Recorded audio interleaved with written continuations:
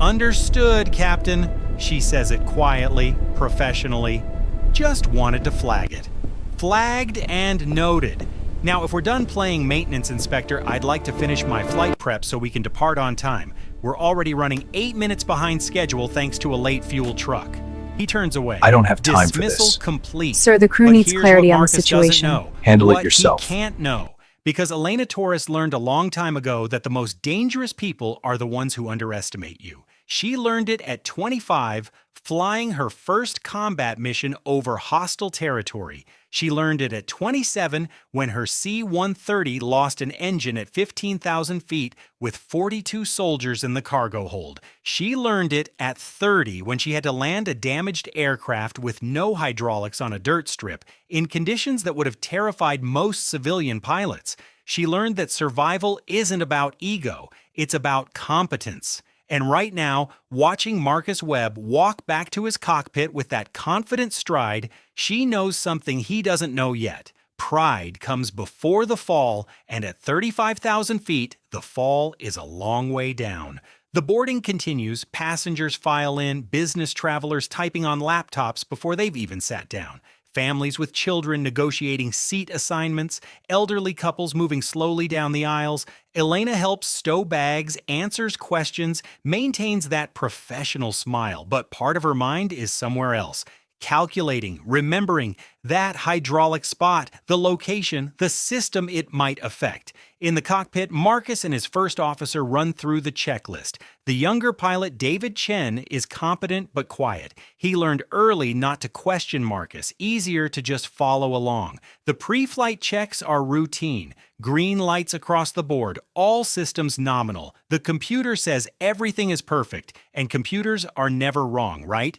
Tower Flight 847 requesting pushback clearance, Gate A23. Marcus's voice is confident on the radio. Professional. This is what he does. This is who he is. Commander of a metal bird carrying hundreds of people across continents.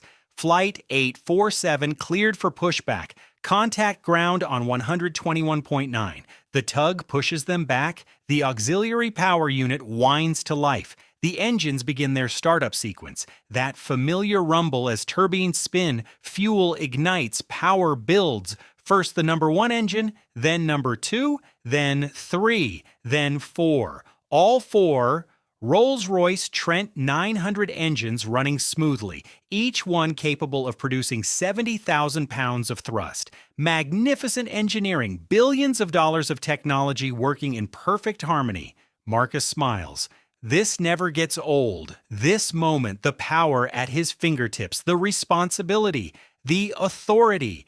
In the cabin, Elena secures the forward galley, checks that the coffee makers are locked down, that the service carts are stowed, that everything is ready for taxi and takeoff. Through the window, she can see the port wing, can see the engine nacelles, can't see the APU from this angle. That spot might be nothing.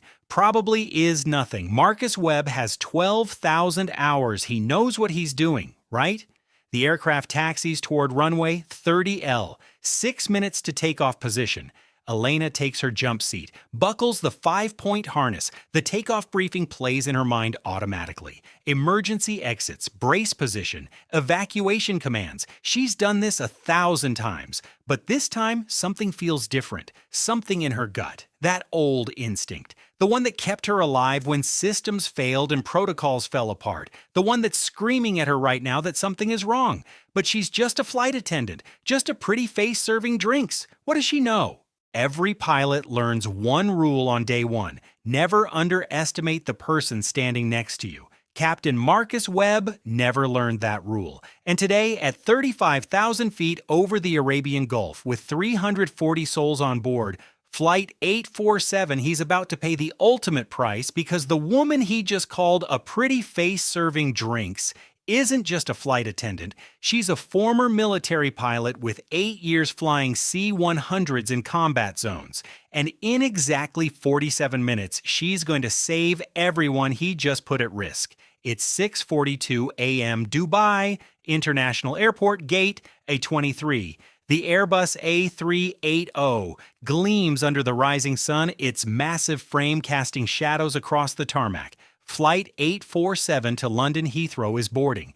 Business class fills first, then premium economy, then the endless stream of economy passengers dragging carry-ons, clutching boarding passes, already exhausted before the 7-hour journey even begins. In the forward galley, Elena Torres adjusts her uniform. Navy blue blazer, crisp white shirt, hair pulled back in a perfect bun. She's 34 years old, 5'6".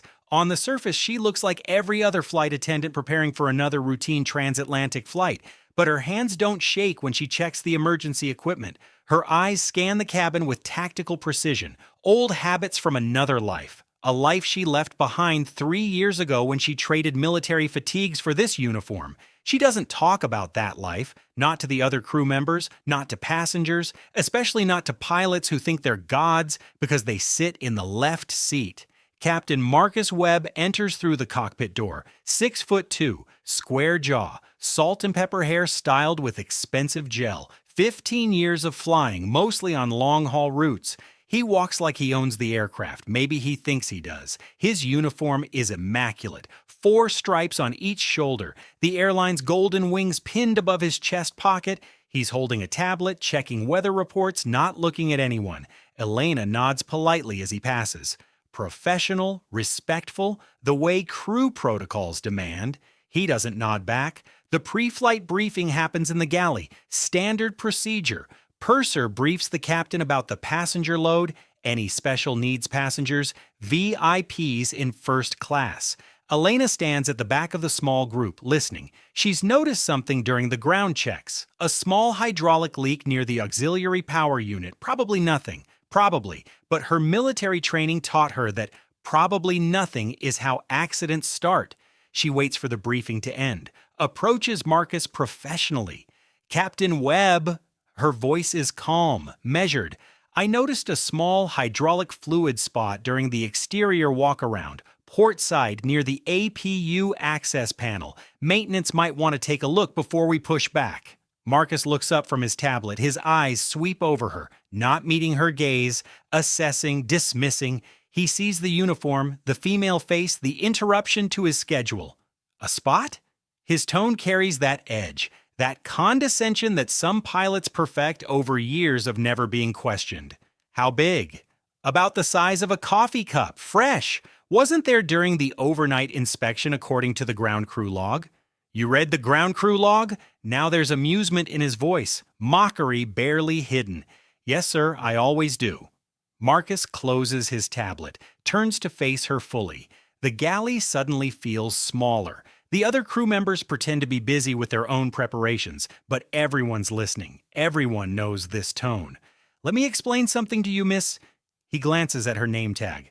Torres. I've been flying A380s for 7 years. Before that, 777s. Before that, 737s. 15 years total. I have 12,000 hours. Do you know what 12,000 hours means?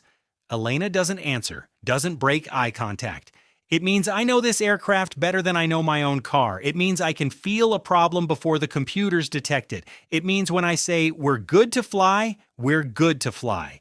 He steps closer, not aggressive, just dominant. Your job is to smile, serve drinks, and make sure passengers buckle their seatbelts. My job is to fly this plane, stay in your lane, and we'll all get to London just fine.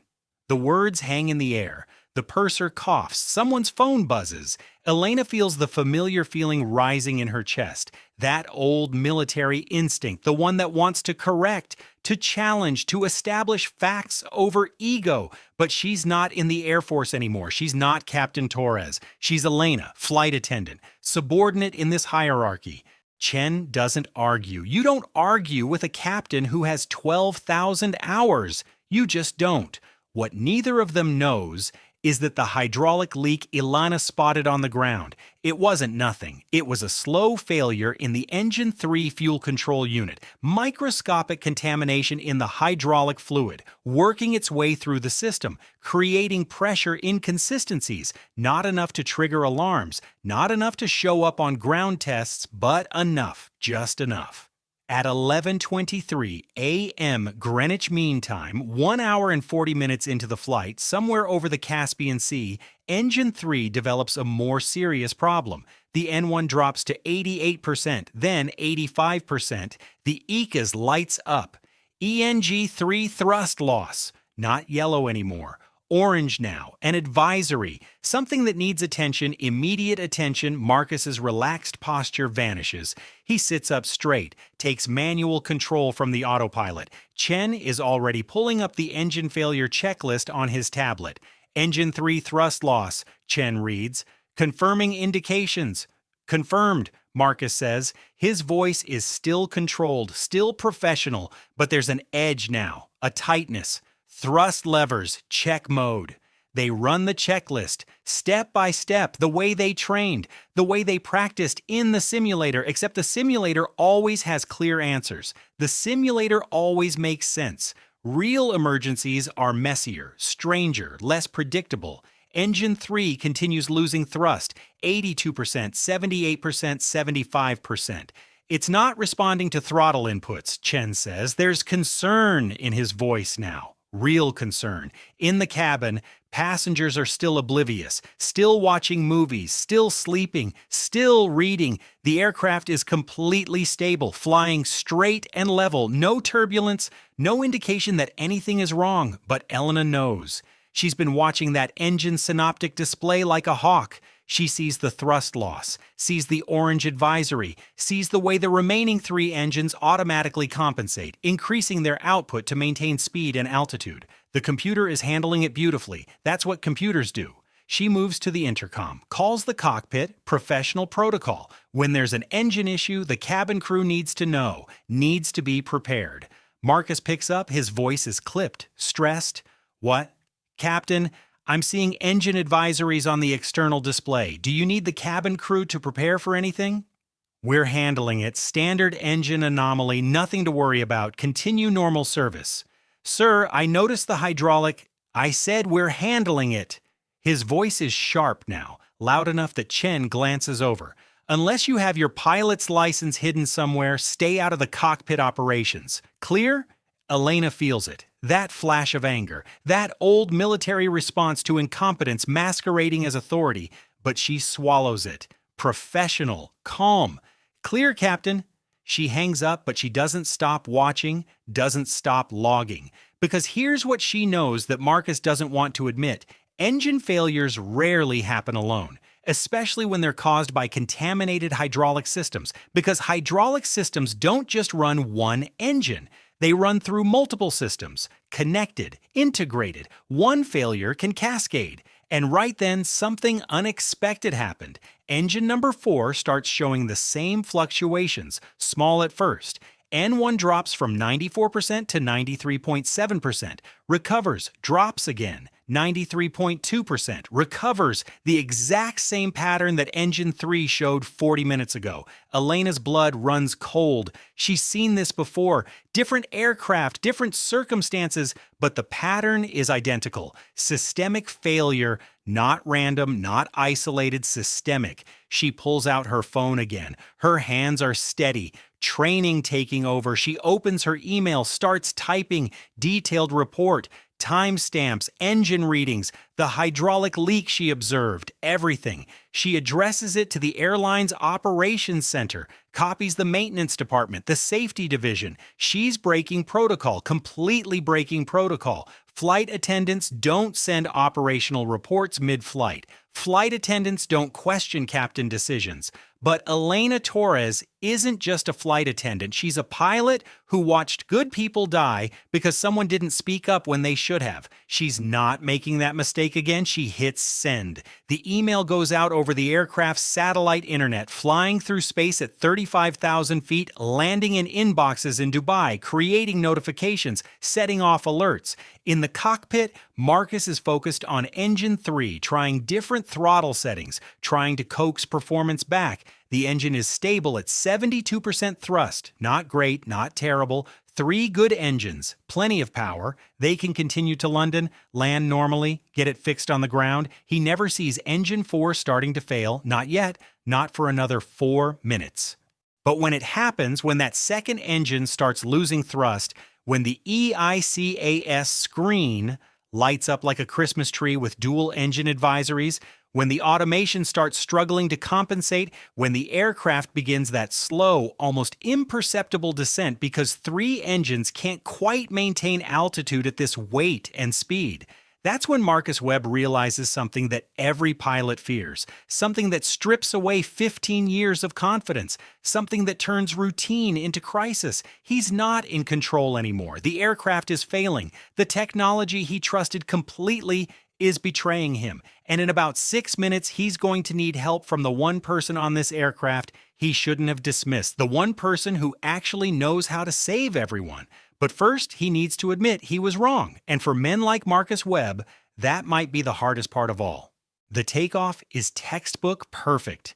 V1, rotate, positive rate, gear up. The A380 climbs into the morning sky over Dubai, leaving the glittering cityscape behind. Marcus Webb's hands are steady on the controls. Everything is going exactly as it should. The flight management system shows their route. Northeast over Iran, then Turkey, then across Europe to London. 7 hours, routine.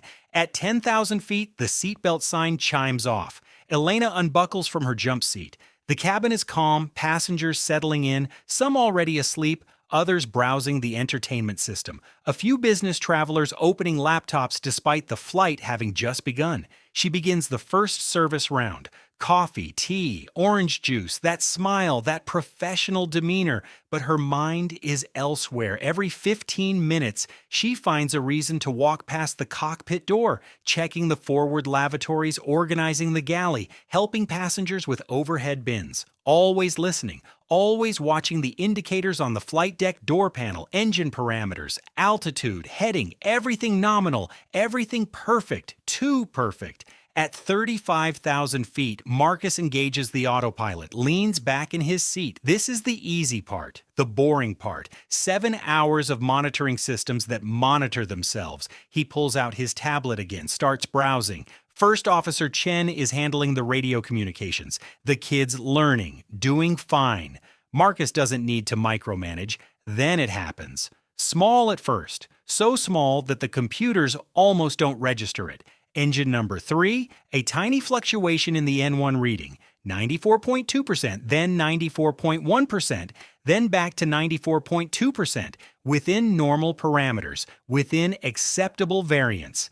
The ECAS display doesn't even flag it, just a blip, a moment, nothing, but Elena sees it. She's standing near the cockpit door when the engine synoptic page updates on the small external display.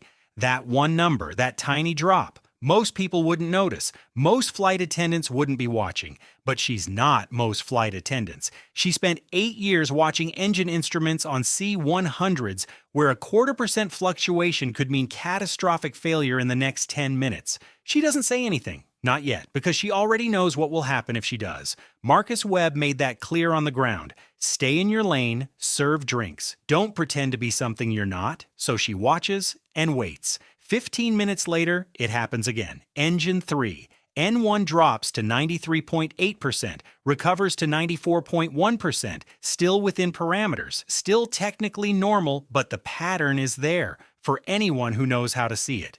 Elena pulls out her phone. Quietly, in the galley, out of sight.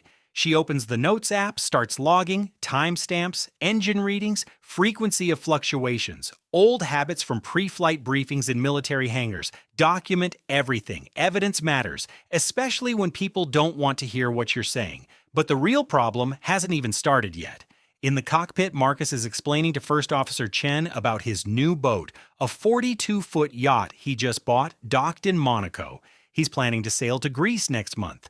Chen nods politely, pretends to be interested, keeps one eye on the instruments. Everything still looks fine, except it's not fine. Engine 3, another fluctuation. This time, the N1 drops to 93.2%. The ECAS finally notices. A yellow caution message appears. ENG3N1 variance, not an emergency, not a warning, just a caution. A heads up, something to monitor. Marcus glances at it, frowns. taps the engine synoptic page, watches the readings for 30 seconds. The N1 stabilizes at 94.0%. The caution message disappears. He shrugs. Chen looks at him questioningly. Probably just a sensor glitch, Marcus says. These Trent engines are solid. We're not even at max cruise thrust. Plenty of margin. Should we run the engine troubleshooting checklist? Chen asks. He's young, still follows procedures religiously, still believes that checklists exist for a reason. For a sensor reading? No. We'd be running checklists every 5 minutes. The aircraft has 4 engines. Redundancy on redundancy. That's the beauty of the A380. Even if we lost an engine completely, we'd barely notice. Marcus says it with absolute confidence, the confidence of someone who has never actually lost an engine. We'll monitor it. If it gets worse, we'll deal with it. That's not a standard procedure, Marcus says. He's still in the left seat, still technically in command, but his voice lacks conviction. The system is designed to automatically... The automatic system doesn't know about contaminated fluid, Elena interrupts. It's trying to optimize, but contaminated hydraulic fluid creates microbubbles in the fuel control unit. The computer reads it as fuel flow variance and reduces thrust to compensate. The more it compensates, the worse it gets. It's a death spiral. I've seen it twice. Both times, manual isolation saved the remaining engines. She moves to the center console. Her hands are steady. With your permission, Captain. Marcus looks at her, really looks at her for the first time, sees past the uniform, past the gender, past his assumptions. He sees competence, experience, certainty, and he sees his own reflection in the dark windscreen, sees a man who let pride override judgment. Do it, he whispers. Elena's hands move across the hydraulic control panel. Isolation valves, manual override, green system disconnected from engine 2. The ECAS flashes new caution messages. The automation doesn't like manual intervention, but Elena ignores it. She's not flying by computer logic. She's flying by experience. Chen, reduce our descent rate. Don't try to maintain altitude. Let it come down to 28,000 feet. Lower air density. Less thrust required. Her voice is calm, methodical. Marcus, start a 180-degree turn. We're not making London. We're not even making Tehran. We're going back to Dubai. We don't have the fuel for... Marcus starts. Yes, we do. At reduced altitude with controlled descent, 3 engines can get us there with 40 minutes reserve. I already did the calculation. She points to her phone. Numbers, fuel burn rates, wind corrections, all calculated in her head during the past 20 minutes while serving coffee in the cabin. Marcus stares at the numbers. She's right, completely right. The FMS computer confirms it when Chen inputs the parameters. Dubai, possible, tight, but possible. All passengers, this is the captain speaking. Marcus's voice over the PA is different now, humbler, honest. We're experiencing some technical difficulties with our engines. As a precaution, we're returning to Dubai. There's no immediate danger, but please follow all crew member instructions carefully. We'll be on the ground in approximately 95 minutes. The cabin erupts in nervous energy. Passengers asking questions, some crying, some frantically texting loved ones, but Elena's crew training takes over. The other flight attendants move through the cabin, reassuring, preparing, securing loose items, briefing exit row passengers, professional, calm, because the crew takes their cue from the lead attendant, and right now Elena is projecting absolute control. In the cockpit, the crisis management continues. Elena monitors the engine parameters like a hawk. Engine 3 stable at 72%, Engine 4 stable at 74%, Engine 2 holding at 94%. The isolation worked. The contamination is contained. They have 3 engines. Enough. Just enough. 60 minutes pass. The coast of the UAE appears on the horizon. Dubai Tower clears them for an emergency straight-in approach. Fire trucks standing by. Ambulances. The full emergency response. But it's precautionary now. The aircraft is stable, descending. Elena has walked Marcus and Chen through every step, every decision, every calculation. You've done this before, Chen says to her. Not a question, a statement of awe. Twice. Elena confirms, C-130 over Afghanistan lost 2 engines to hydraulic failure, landed on a dirt strip with 42 soldiers in the back, not 1 injury. She pauses. And once over the Atlantic, training flight, 3 engines failed, made it to the Azores with 15 minutes of fuel left. Marcus says nothing, just flies, just follows her guidance. His ego is gone now, burned away by reality, by the understanding that pride almost killed 340 people today. The landing is smooth. Engine 3 and 4 are shut down on the taxiway. Emergency vehicles escort them to the gate.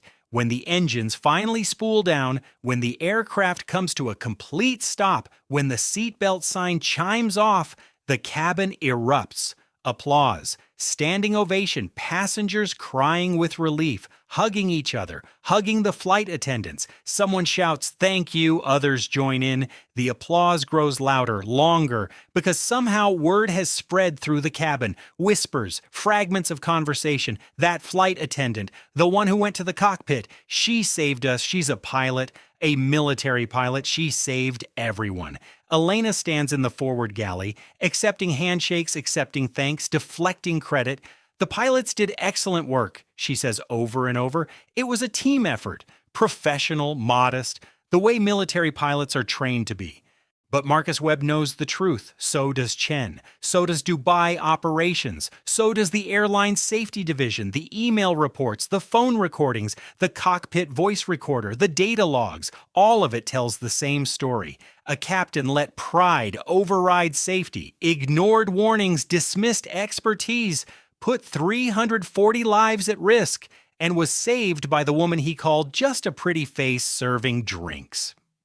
1 week later, Marcus Webb is called to a meeting with the airline's chief pilot and safety board. His pilot's license isn't revoked, but his command authority is. He's reassigned to ground duty, flight simulator instruction. He'll never sit in the left seat again, never wear those 4 stripes.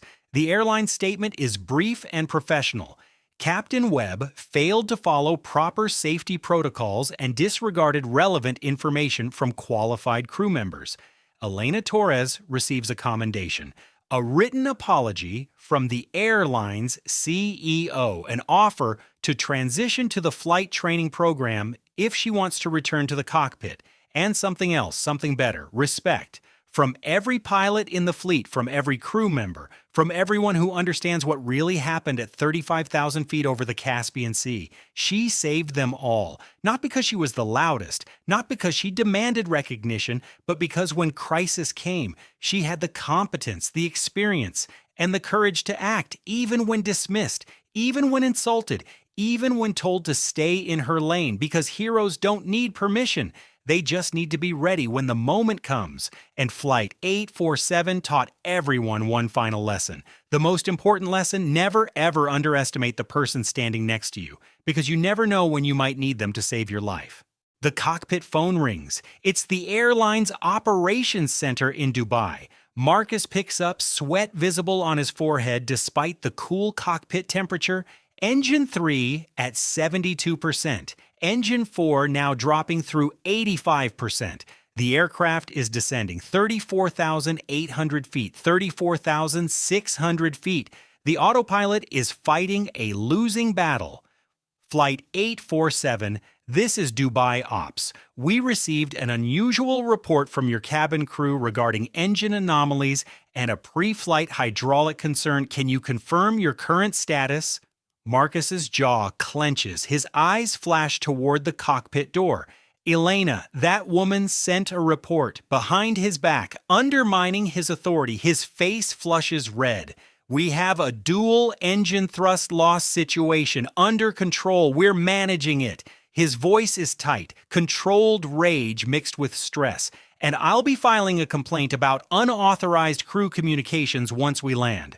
Understood, Captain. However, the report contains some technical observations that our engineering team finds concerning. We're recommending you accept assistance from all qualified personnel on board. We show in our records that cabin crew member Elena Torres has "I know how to fly my aircraft." Marcus snaps, "I don't need a flight attendant's help." He slams the phone down. Chen stares at him. The first officer has never seen the captain lose composure like this, never seen that edge of panic behind the anger. "Captain, if she has relevant experience," Chen starts. "She serves coffee," Marcus almost shouts. "That's her job. We trained for this. We can handle this." But here's the truth that's becoming impossible to ignore. They can't handle this, not alone. Engine 4 just dropped to 78%, 2 engines now operating at reduced thrust. The aircraft weight is too high for 3 engines to maintain altitude at cruise speed. They're descending 34,200 feet. The fuel burn calculation is wrong now. The diversion airports are all marginal. Tehran, possible but tight. Baku, maybe. They need options, they need solutions, they need someone who has actually dealt with multiple engine failures in real emergencies. Not in a simulator, not in a comfortable training center, in the sky, with lives at stake. Outside the cockpit door, Elena makes her decision. She's been listening to the intercom chatter, hearing the stress in Marcus's voice, watching the engine parameters deteriorate. She knows what happens next in this failure pattern. In approximately 8 to 12 minutes, the contaminated hydraulic fluid will reach the engine 2 fuel control unit, 3 engines down, 1 engine left. An A380 cannot maintain flight on 1 engine at this altitude and weight. It becomes a glider, a 560-ton glider with 340 people inside. She picks up the intercom, doesn't ask permission this time. "Captain Webb, I'm coming into the cockpit. I have experience with multi-engine failures. I can help." "You are not authorized." "Captain, I'm a former Air Force pilot, 8 years flying C-130S. I've dealt with hydraulic contamination failures twice in combat situations. I know this pattern. Engine 2 will fail next. You have about 10 minutes. Silence. For 3 seconds that feel like an hour. Chen and Marcus look at each other. The first officer's eyes are wide. The captain's face is a storm of emotions. Pride, anger, fear, calculation. Engine 4 drops to 74%. The aircraft shudders slightly. Passengers are starting to notice now. The ones by the windows, the ones who fly frequently. That sound, that feel, something's wrong. Chen makes the decision for both of them. He reaches over and unlocks the cockpit door. Elena enters. She's calm, focused. Her eyes immediately scan the instruments. Engine synoptic page, hydraulic systems page, fuel status, altitude, speed, weight, diversion airports loaded in the FMS. She processes it all in seconds. This cockpit is different from a C-130, more advanced, more automated, but the fundamentals are identical. Thrust, lift, drag, weight, physics doesn't change. "Show me the hydraulic system status," she says, not asking, commanding. Her voice has changed. This isn't flight attendant Elena. This is Captain Torres, the one who landed a burning aircraft with 42 soldiers in the back, the one who doesn't have time for ego or protocol. Chen pulls up the page. She studies it for 15 seconds. There, the green hydraulic system, pressure fluctuations, contamination in the reservoir. It's feeding engines 3, 4, and 2, all in sequence, exactly as she predicted. "You need to isolate the green hydraulic system from engine 2 right now," she says. "Manual override before the contamination reaches it."